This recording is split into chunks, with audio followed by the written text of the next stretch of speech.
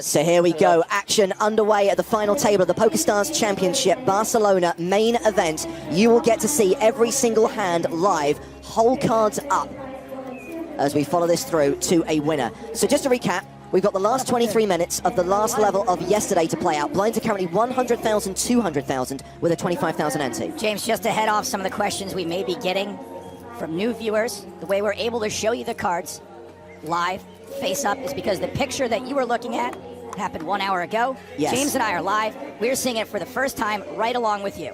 And we are not seeing it alone. We have got one of the best poker players in the world, a man with lifetime earnings of $34 million. He is #1 on the all-time money list. He is also from Team PokerStars Pro. Joining us on the stream to analyze the action, Daniel Negreanu. Welcome, Daniel.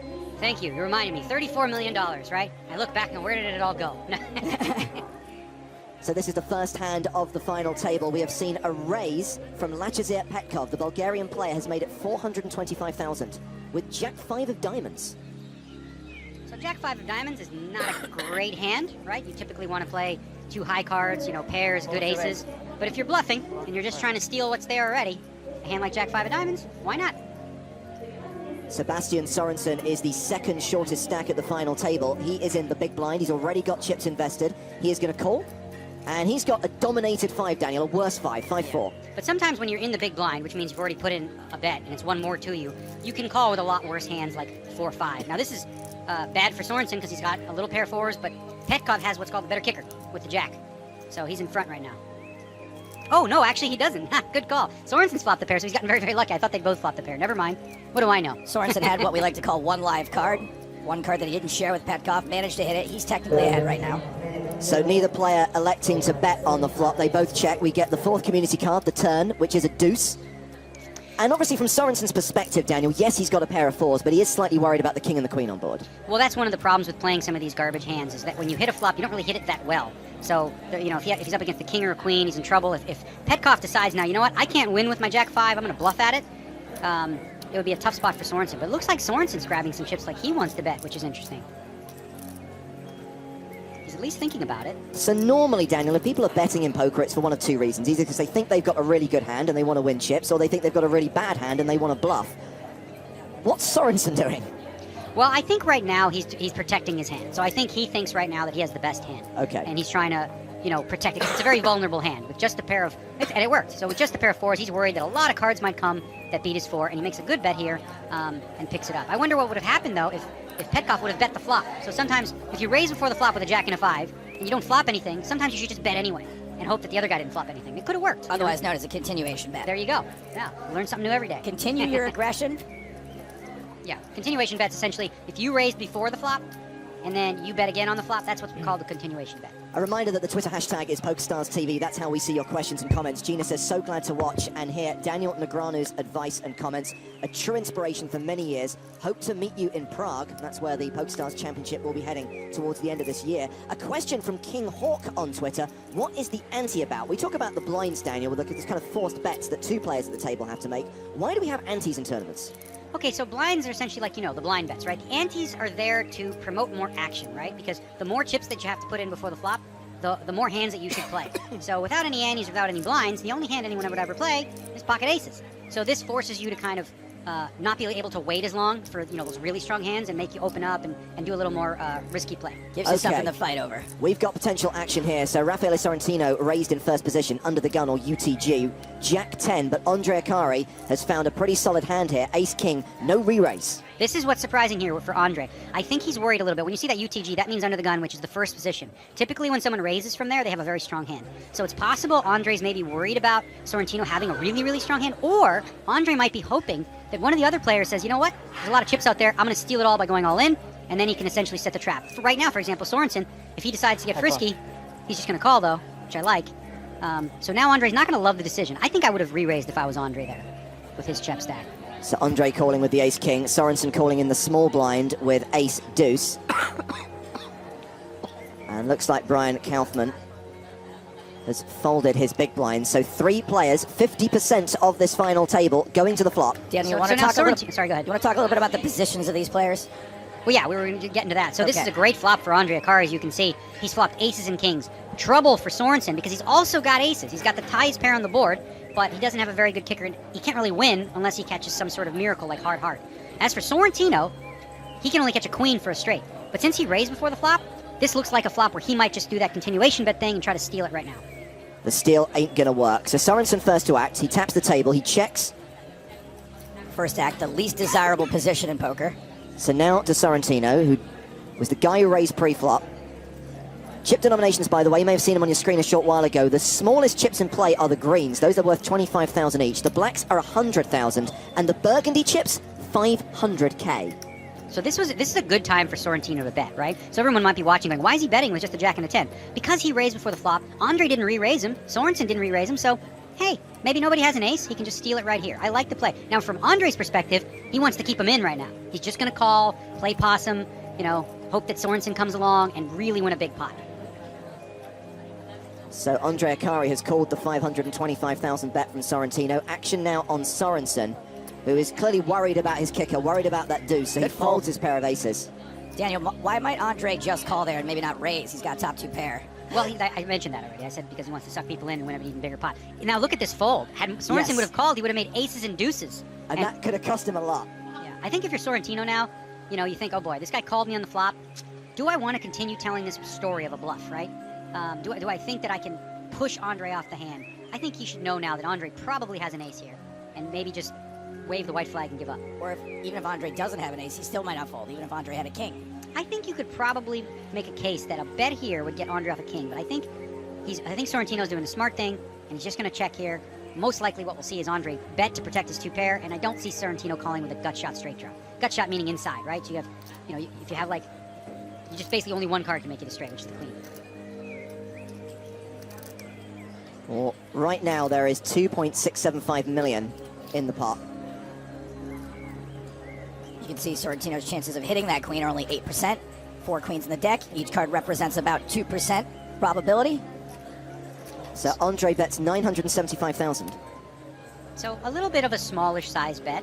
You know, he wants to get action here. Andre played this hand in such a way before the flop and on the flop where he's really playing it slow, hoping to catch Sorrentino or in his opponent's hook, line, and sinker and doubling up his stack.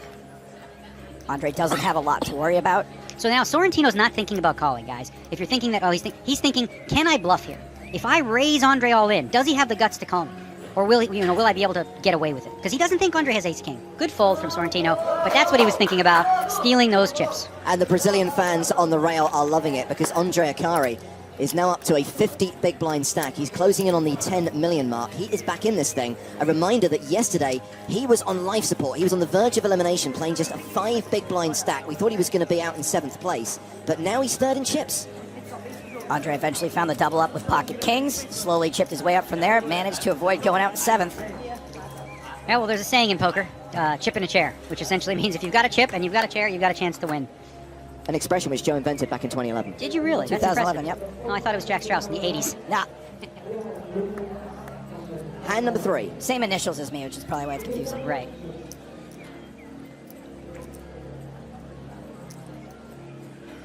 Oh, notice there, Andre had a pretty good hand, right? King 10. He decided to fold. The reason he folded is because he's in early position. You want to basically play a lot more hands when you're in position, meaning on the button or next to the button. In first position, you want to be a little tighter, and Andre makes a relatively tight fold there with King 10. So it's round to Sebastian Sorensen on the button. He's got pocket jacks. This is a very strong hand for this situation. Very strong hand, strong position. That D you see there means it stands for dealer. It means he's on the dealer button. That means you're in last position.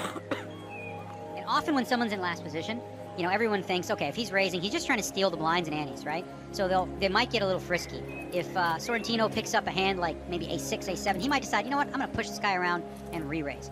With 4-5 offsuit, I don't see that happening. He might call, though. He might call to see a flop here with the 4-5. It's 275,000 to call. There was over 900,000 in the middle. It's a relatively small investment for winning. Yeah, because you've already got half the bet in, putting in the other half is fine. Now, this is potentially problematic for Sorrentino. He's got a pair of 4s, which is nice. That does not beat the jacks of Sorensen. On this board, there's a good chance he's going to at least call on this flop and continue to the turn. So we're going to have a pot go to the turn. I bet on that. Hands like this are pretty tricky, right? Because you hit a pair. What really were you hoping to hit? You don't really that's a good fold hand. pair Like, that often. you think the guy in the button is raising with a lot of hands, maybe ace jack, ace 10, ace king. So a pair of fours, unless Sorensen had a pair to start in the hole, or he caught a 9 where he has a pair of 9s, you probably have the best hand. And you also got some chances to catch 2 pair, catch trips. You can catch perfect cards for a straight. So it's what I call a good. If you're going to play 4-5 and it comes 2-4-9, that's a pretty good flop for you. Just not if you're up against jacks. Yeah. We shall see. I love how Sorensen's got his scarf on, even in his little avatar.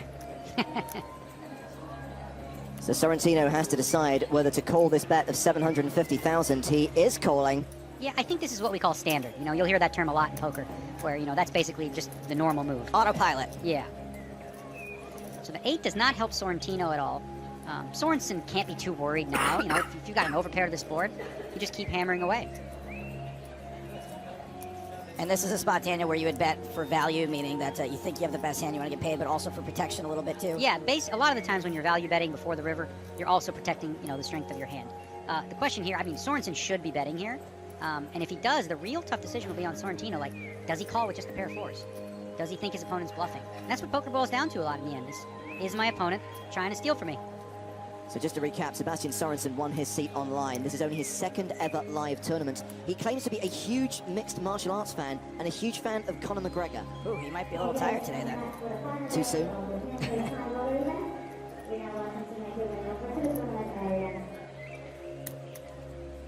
A second barrel from Sorensen.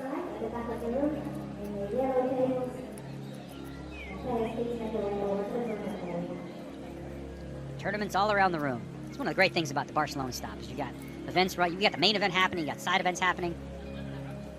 But all the drama right here at the final table. The tough decision now for Sorrentino. You know, good chance his pair of 4s was good on the flop. But what about now? What about now when your opponent's bet the board on the flop and he's bet again on the turn? Are your 4s strong enough to stand another bet on the river maybe? Or do you just dump it right now? Does it make it trickier that this dynamic between the dealer button and the big blind is the position also where someone is very likely to keep betting with nothing? Sure, like as I was saying before, the dealer usually plays a lot of hands, so they're going to bluff a lot more from that position. And Sorrentino knows that, so he looks at his pair of 4s and thinks, okay, well, this guy could be trying to steal this from me. There's other things Sorrentino's thinking about, like, well, maybe Sorensen is just, he has 10 jack or 10 queen, and now he's going for a straight or something like that. It's either that or you're in trouble with 4s. He's going to make a really good fold here. Sorrentino showing some good discipline. That's not an easy fold. Like, you might be thinking, well, he only had a pair of 4s. So what? It's not an easy fold when it comes 9-4 deuce and the turn is an 8 to just fold a pair of any kind. Good question here from Gerard. Hashtag PokerStarsTV. How do you know all the hole cards? Gerard's noticed that we don't have cameras on the table. Are they microchipped? Yes, Gerard, they are. There are tiny chips in each card. There are scanners underneath the table. That's why you notice the players put them in boxes side by side, and then the graphic system reads that information. Yeah, and of course we see this on a delay, so no one has access to the whole cards until, what is it, an hour? 30 minutes? Yeah, it's an hour-long delay today, and as Joe explained at the start of the play, it's a bit weird in the sense that the action we're watching actually happened 60 minutes ago, but we're seeing those pictures at the same time as the audience is seeing those pictures, which is how we're able to interact and answer your questions. So now Andre with a 9-7 suited. This is the kind of hand that has a lot of good potential to hit flops. It's not a very strong hand on its own, but Andre's using this hand to kind of like, you know, people know that you raise under the gun, whoa, that's a very strong hand. Well, you don't only want to raise with strong hands, you want to have some other hands that are kind of fun, like this one. So I like this play from Andre. Remember, the very last hand, he folded a better hand, a king and a 10 offsuit. This 9-7 suited, a little trickier, and I like it from Andre. It makes a lot of what we call disguised hands also, right, Daniel? Yeah, you want to have some deception in your game, and not just, oh, he raised from that position, he always has aces, kings, ace, king, or queens. So this is a good play from Andre. He's getting respect from the table, it looks like. Back on the big blind now. He does have an ace. Now, ace is the most powerful card in the deck. When it comes with a little 4, you don't feel that great about it. Because the problem is, as we saw earlier with Sorrentino and Sorensen, I'm sorry, with Akari, is you have an ace and a 2. If someone else has an ace and a king, you need to catch your 2. Otherwise, you're not going to win the pot. The flop is 7-7 deuce. Pretty good flop for Andre. So now the real question is, Andre's thinking, oh my goodness, this is awesome. How do I get the most chips possible? That's what he's thinking right now. And he might check this back. Petkov might think that ace-high is the best hand. Sure, and what's also interesting is Petkov has the ace of spades. So on that flop, he was thinking that no longer an issue. But now he's got sevens and deuces with an ace-high. Andre checked back. Petkov's going to think, well, maybe we were splitting the pot.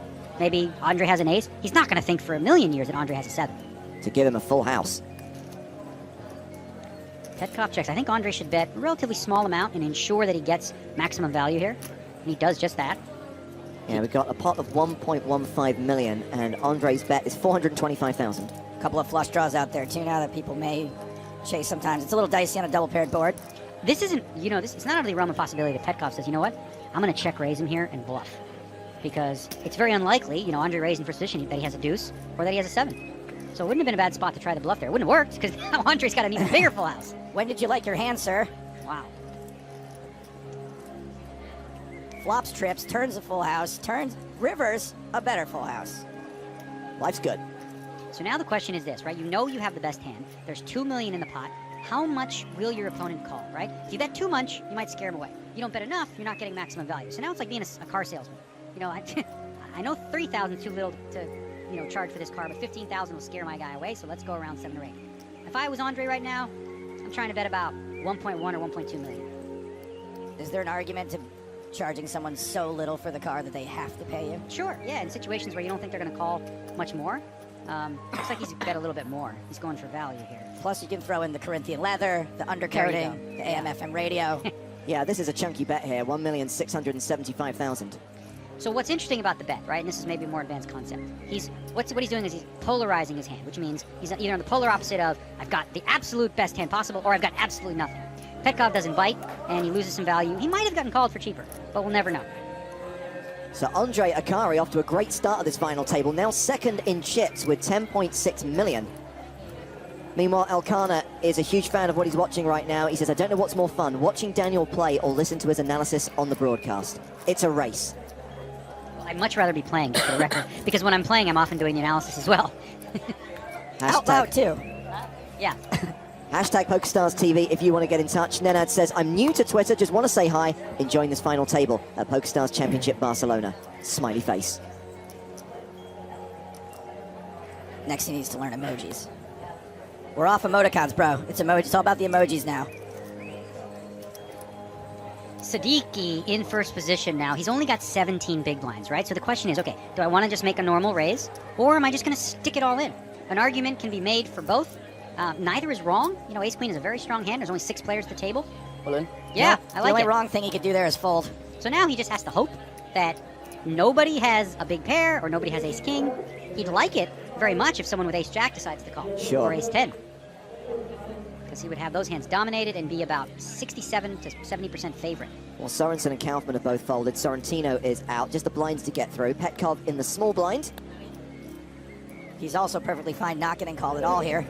And Akari folds the big blind as well. So the shove gets through. Raise and take it for Usman Siddiqui. Still the low man at the table with around 4 million chips. I know it's ridiculous to say he's low with 4 million, but it's all about the size of that big blind. And right now he's only got 20 big blinds. And Daniel, you said that at the start of the end. He only has 17 big blinds. When would you start using the word only? Well, I think right around the 17 mark, actually. 20 big blinds is a playable stack. Depending on the type of hand you have, some of them don't play as well after the flop. Like an ace-queen, it's kind of one of those where let's just get it in before the flop, because unless you catch an ace or queen on the flop, you're never going to be too excited about it. But you go all in before the flop, and you pick up a nice chunky chunk of change where he moves up, he picks up like 2 big blinds without even having to risk a flop and turn and river.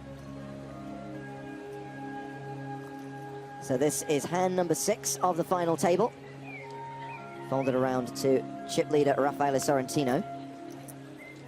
Now around to Lachizar Petkov, who's currently 3rd in chips. Starts the hand with around 9 million. Not going to play his button, so blind on blind. Andre Akari in the small blind.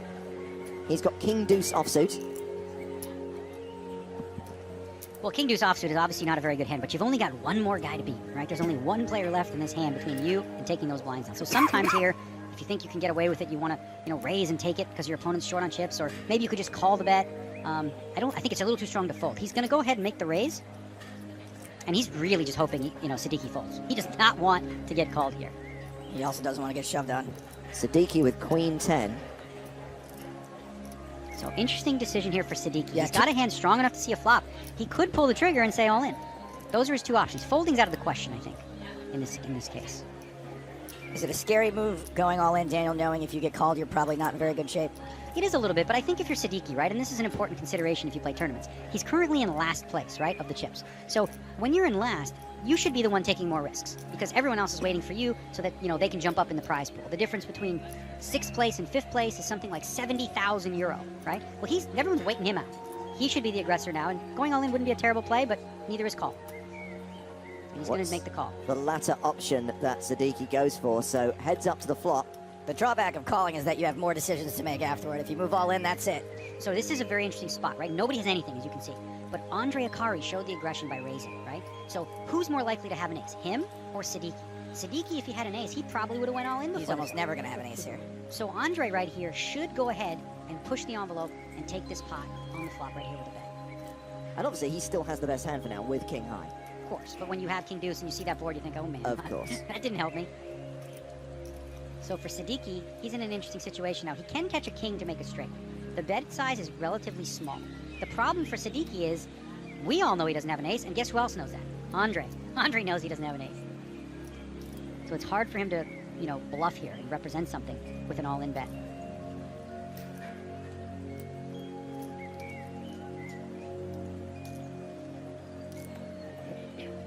We can see that Siddiqui's odds to win the hand to catch his cards that he need are 35%, but he doesn't know that necessarily. He doesn't know if Andre has an ace or a jack. That would change things quite a bit. Right. If he thinks that Andre has an ace, now he can only catch that king, and that 35% dwindles down to a very small number.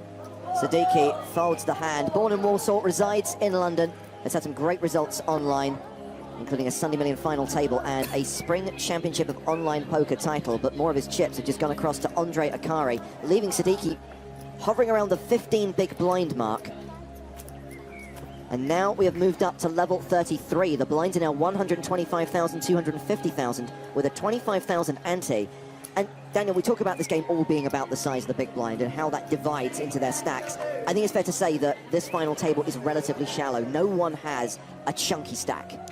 Right. Obviously, you start the tournament and you get something like 250 big blinds, which means you can see a lot of flops, you can, take some risks here and there. Right now, every one of these players at the table is in jeopardy of going broke on any hand, except for, of course, the chip leader.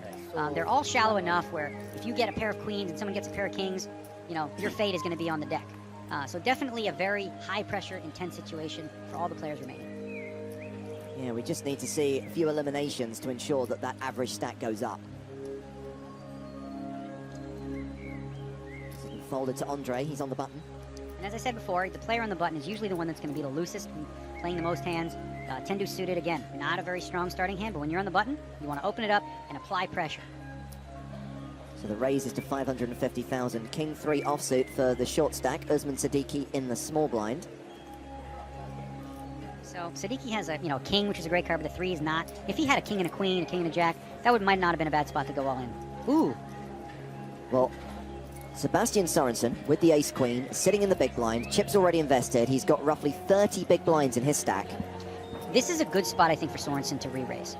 As we said, Andre could be opening with a lot of different hands. If you don't re-raise and you don't catch an ace or a queen, you're going to lose this spot a lot of the time where, you're going to win it right here before the flop because there's no way Andre's playing 10-2 suited. But also 30 big blinds a little too much to just move all in like Siddiqui might have to if he had that. I think you can, actually. I mean, because the truth is, if you're Sorensen and you raise, and now Andre moves all in, you're going to have to call anyway. You've put 1.4 in, million. You're probably going to have to just put the other 4 or 5 million that you have left in, too, as well. At what point do you have too many big blinds to move all in this position?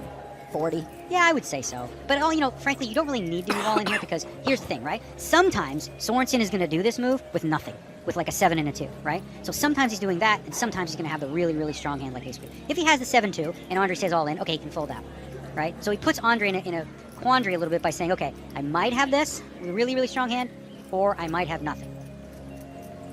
Also, if Sorensen moves all in here, Andre definitely folds 10-2. Sometimes Andre may decide, okay, I'm going to re-raise back and get himself into some trouble. He gives Andre the chance to make a mistake here. You give him the rope, as we say. Yeah. Get a rope. Give him the rope. Andre lets it go. Sebastian Sorensen adds to his stack, now playing 8.5 million, roughly 35 big blinds. Okay, we've got a game you could be playing at home while watching the action here in Barcelona at 5 p.m. Central European Summertime. That's 4 p.m. UK time. There is a special satellite for the Sunday Million Live. You'll find it in the PokerStars tournament lobby by searching TV. It costs 1 Stars coin to play, and we have put in that satellite 25 seats, 25 tickets to Sunday Million Live. Those tickets worth 215 euros each. The idea of this tournament is you play day 1 online, and if you make it to day 2, you get to come to King's Casino in Rozvadov in the Czech Republic to play for a slice of the €1 million prize pool. We're going to be streaming the last 2 days of that tournament. So if you want to play that game, fire up PokerStars, find it, and register using 1 Stars coin. Every time I look at one of your laptops, I see some Game of Thrones things, and I'm scared to see a spoiler. It hasn't aired yet, Daniel. You've still got like 12 hours to go. Ugh, that would be the worst. If you don't want to be disturbed, I would recommend never looking at my laptop. Okay, that's probably a good idea. Well, action here has been folded to Siddiqui on the button with 8-5 of hearts. He folds. Sorensen in the small blind. So, you know, from Siddiqui's perspective, right, he had an 8-5 suited, you think maybe he can steal. He doesn't have a lot of wiggle room, right? For him, if he's going to do it, he's got to go all in or nothing with just 13 bigs. Sorensen with a pair of deuces. Still keeping his mouth covered by his Miami Dolphins scarf. And I know you don't get this thing, right, Daniel? This is some people trying to hide, like, their neck pulse or trying to hide kind of unconscious twitches of the mouth, but either that or a very bizarre fashion statement that I'm so like not hip with. I mean, kids wear weird things these days. You never know, like the saggy pants. When I was young, we did safety pins in our jeans. I thought he had a goiter. Did you ever do that? The safety pins to taper your pants? No. You never did that? No. That was like a thing. Tapered pants and Doc Martens? Nah. Oh, man. Sorensen folded the deuces, and it looks inspired when we see that Kaufman actually had pocket threes in the big blind. So that's actually a strange play. I'm surprised that he would fold deuces there. Not standard, as we talked about before. But just to go back to what you were talking about, the jump in the prize money, everyone is kind of expecting Usman Siddiqui to go up next. I guess people are going to be playing tighter than usual, just waiting for him to bust so they can earn themselves some extra money. Yeah, so one of the interesting things about when you're playing tournaments, right, is everyone looks at that juicy 1.4 million euro and thinks, well, I want that. But at the same time, for every time someone gets knocked up, you earn money. Yeah. So if you just sit there and do nothing and someone goes out, right now you're going to win an extra 65,000 euro. Moving up each time. So there's 2 factors to think about. Playing to win and playing to like ladder up and wait out your opponents. So this is the 9th hand of the final table. Sorensen with a junky hand on the button decides to fold. Brian Kaufman in the small blind has a very nice hand, pocket jacks. And he just calls. So when Kaufman just calls here, he's hoping Sorrentino raises. He's fully setting a trap right now. There's no way he's folding. He wants Sorrentino to push him around, and he might. Yes, this could be Sorrentino. all in. We could have Sorrentino raise, Kaufman all in. I'm betting that we have a confrontation here. Sorrentino with the king-queen, the 2 overs to the jacks. Just looking at how many chips Kaufman has. Sorrentino is the chip leader, and often the chip leader is going to be more aggressive. And here he goes. He's going to raise. He puts a cherry on top, one of the burgundy chips, so that's another 500,000. So now if you're Kaufman, this is do or die, right? You got jacks. You're up against a chip leader who might have anything. This is the time to go for it and go all in. The question is, will Sorrentino call with king-queen? He just called? Continues to play it slow, No, just calls with the that's- jacks. That's really surprising. With his stack size and only having 20 bigs. And look at that. Oh, boy. King Jack 10 on the flop. That is top pair for Sorrentino, plus he's got the straight draw. Kaufman with a set of jacks. And checks it. This is one of those situations where if I'm wrong here, I'll quit commentary. We're going to see these 2 players get it all in. Sorrentino's got to love that flop, top pair, and he's got the open straight draw, ace or a 9. Kaufman, he's got 3 jacks. You're never going to fold here with that, especially with these chip stacks. Okay, so Sorrentino about to bet. There's the continuation bet. Do you think we now see the raise from Kaufman? If not now, when? We're running out of time. I think for Kaufman, he has to be a little bit worried about the potential draws on that board. So he might want to just protect what's in the middle, stick it all in, and, Sorrentino folds, great. You pick up a nice addition to your stack. No, just a call. He just calls the 750k. Slowest play ever. Very strange here. The turn card is the case jack. Wow. He's just turned quads. I think there's a potential here for Sorrentino to get away from losing all of his chips here because Kaufman misplayed this hand. He should have sprung the trap either before the flop or on this flop. Kaufman checks the turn. Action on Sorrentino. Sorrentino's got to hate that card, right? He thinks to himself, well, I've got a king, so the jack's a very likely card for my opponent to have, and now he's checked it back. Yes, Sorrentino says, let's see the river for free, which is the inconsequential 3 of clubs. This hand was played very strangely. This is not typical of what you see at a final table of such a large event. Kaufman playing extremely cautious, and I think it's going to cost him some value. So 3.15 million in the pot. So now you expect to see about 1.5 million bet from Kaufman, and Sorrentino going to call, and Kaufman's going to miss out. Oh, he's going to miss out value on a lot. Look at this. This There's is the bet. really Quick poorly call. played. And yeah, can you beat that? Can you beat the nuts? No, you can't beat the nuts. 975,000, but he could have lost a lot more. If I'm than that. Sorrentino right now, I'm saying, thanks, Kaufman. Yeah. You know, even though I lost this hand, I got to feel good about the fact that I didn't lose even more, because Kaufman let me off the hook here by not pulling the trigger before the flop or on the flop. Sometimes you can slow play yourself to death here, and I think that's what Kaufman did. He should have pulled the trigger earlier. Not quite to death, but not to as much Right. life as you could have had. Yeah, that. So Kaufman maybe in this moment feeling good about himself. Hey, I've won this pot, but like I wonder later if him and his friends are going to look back and go, why didn't you double up there? It's probably where the phrase leaving something on the table comes from. Yeah. Well, by Definitely losing did that pot, Rafael Sorrentino has lost the chip lead. Andre Akari now has the slight chip lead over Sorrentino at this six-handed final table with still an hour to play at this level. Blinds 125,000, 250,000 with a 25,000 ante. First break of the day coming in 60 minutes time. You know, and I think that Kaufman sort of winning the minimum there is probably best case scenario for the way he played it, because there's a chance that Sorrentino makes a straight there also. Oh, before he made the floor of kind, yeah. Again, it's just one of those spots where you want to do what's called slow playing occasionally, which means you have a very strong hand and you play possum like Andre Akari did earlier with the ace king when he flopped ace king. But a lot of times, it's better off. You're better off just pushing the envelope. And I think that was a situation that was clearly one where Kaufman should have done that.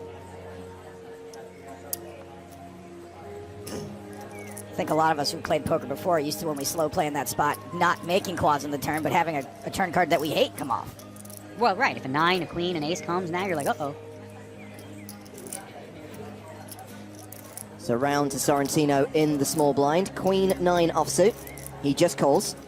So a lot of times what you see, especially at the higher levels, is the small blind against big blind situations come up, and the small blind just calling. The reason for that is you're going to be out of position throughout the entire hand, and you're not in a position of power. So you're going to, a lot of good players, myself included, will just limp in here, not raise, especially if we think our big blind opponent's going to call a lot. So keep the pot a little smaller, hold some small ball. So Lachizar Petkov in this hand. Had some support for him on Twitter. Martin K tweets, hoping that my Bulgarian brother does well on the final table. Also, it's great to hear the GOAT, Daniel Negreanu, analyzing the action. Well, Phil Hellmuth is not going to be happy with that. I got a funny Phil Hellmuth story, but I want to say first, this flop, right, ace, 3, 4, you look, nobody has anything, right? Nobody's got anything. The player who wins this spot is the player who wants it more, the player who's willing to bluff at it. As for Phil Hellmuth, he just came out with a book called Poker Brat, and it says, the story of the world's greatest poker player, and right underneath that it says, Forward by Daniel Negreanu. I didn't know that he was going to do that, but I think it's hilarious. Just a needle right on the front cover. Forward by Daniel Negreanu. So one of the things you got to be careful of when you're at this stage of a tournament is asking yourself, like, am I here to play to win, or am I playing not to lose? The players that typically play to win, guess what? They win. Players that, are not playing to lose, they often come second or third place. So it really matters, it's up to you. What matters to you? I mean, you come in third place in this thing, you're going to win yourself over €500,000. Not too shabby. It's another reason why experience counts. A guy like Daniel is in there. He's not quite as afraid of losing. It's not his first time at a final table. Yeah, and I don't think it's a coincidence. You see Andre skyrocketed now to the chip lead, because Andre Akari does have a good amount of experience. The money's not scaring him. But for a lot of you guys watching, I mean, you got to imagine, like, if you were in these people's shoes, right? You think, oh, I would have done this, I would have done this. You don't know what you would have done unless you're sitting here. And you've got all the pressure on you, and someone's moved all in, and you've got pocket jacks, and you're like, ugh. Pretty much everybody makes mistakes. Every poker player. Except Phil Hellmuth. Just ask him. Right. A very strong hand here to raise on the button. Ace-9 suited for Sorrentino. So Sorrentino's position at the table is interesting because, when you have, like, the chip lead, you typically want to have, the real, the players that can't mess with you too much on the other side of you. Right now, he's got to mess with Andre Akari, likely the most experienced player at the table in the big blind. But he's not going to defend here with the 10-2 suited. Sorrentino got an ace to fold correctly. The ace is folded in the small blind. But against the button raise, some people are going to stand up to that. Sorrentino, really well liked, has already won a main event this year on this tour. I mean, that's really impressive. When you think about the field size that we see today, there was 1,600 players, you know, just making the final table in this thing. I hate to nitpick. It was 1,682, which that's another 81 players you got to get That's through. true. I mean, that is significant. Yeah. I've never outlasted 81 players in a tournament. Yeah. 'Cause, I mean, no matter how good you are at this game, guys, it takes a little bit of luck, right? But skill, confidence, making the right moves at the right time allows you to capitalize when good luck comes your way. And it seems like Sorrentino has done a great job of that, you know, winning one already and putting himself in a position to win another one. In the previous incarnation of this tour, it took 10 years for there to be a two-time winner. We could have one in the first year here. Within the space of 5 months. Yeah. Doing it in a calendar year is something, you know, only legends do. So Daniel, have you ever had 2 victories on a major tour in the same calendar month? I did. I had 2. On the World Poker Tour, I had a $1 million score in Borgata, 1.1 million, and then the month later I won the Bellagio one, which was 1.8 million. The first of many differences between Daniel and Phil Hellmuth is that we had to tee Daniel up for that story, and Phil would have said it during the opening titles. So another blind-on-blind confrontation. We've seen a few of those today, and we're only 12 hands into the final table. Akari raising from the small blind with 6-5 of hearts. Siddiqui with the decision with 5-3 offsuit. I would actually take it a step further and say Siddiqui doesn't have any decision at all. This guy's is an easy fold. He took a little bit of time for Hollywood perspective, but a good race from Andre and just the standard fold from Siddiqui. You can't get crazy with only 12 bigs and 5-3 offsuit. So right now, no one has a 50 big blind stack. Everyone's getting short, Siddiqui particularly short, down to 11 big blinds. Still 6-handed here in Barcelona as they compete for that trophy and the €1.4 million first prize.